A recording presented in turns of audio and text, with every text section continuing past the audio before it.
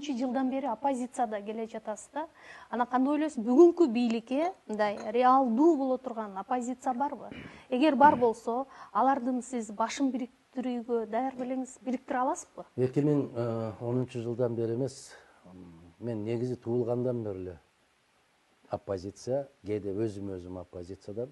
2009 жылы мына конституцияга каршы келген кыймыл аракеттердин натыйжасында баягы царини түзгөндө, туура эмес иш аракеттер жүрүп кеткенде, мен ошондо протест катарында өз арызым менен кабинетимден жумушту таштап отставкага кеткен кишимин. Быйыл мен отставкага кеткениме 12 жыл кетет. Бүгүнкү күнгө чейин менден сурай берет.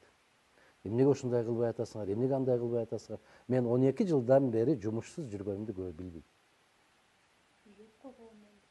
Билбейт көбү. Суроону бере берет, айта берет, биз жерлерге барып калсам. Анан келиңиз экөөбүз чогуу ошону өзгөртөбүз десем, силер өзгөртөсүңөр да. Кантип силер жогору жакта отурасыңар? Мен отурбаганыма 12 жыл кетип баратат. Бирок билбейт экен, себеп ар бир өлкөдөгү каттуу иш аракеттер боюнча өзүңдүн пикириңди айтып жүрсөң эле эл карап отуруп, ошол бир жерде отурат экен деп ойлой берет экен да. Тескерисинче жанагы чычканга окшоп кымыйып, астында жатып алып, бүт данды жеп, тешип. Ошолорду эч ким билбейт экен да. Вице-премьериң ким, министриң ким, депутаттарың ким, түк тааныбайт, билбейт. Алар менен чатагы дагы иши да жок экен да. Көзгө көрүнүп эле турган болсоң, сиздин сурооңузга бир тараптуу жооп бериш өтө кыйын.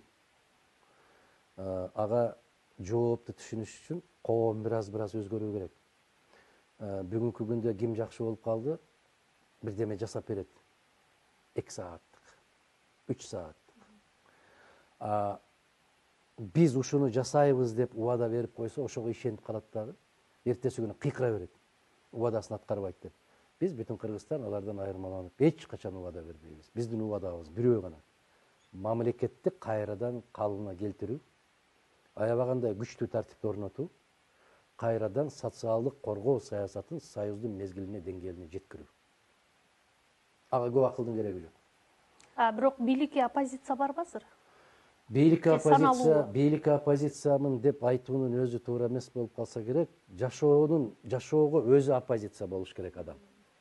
Мен Атамбаев болобу, Бакиев болобу, Акаев болобу, Отунбаевасы, Жээнбеков болобу, кимиси болсо ошонусу болсун.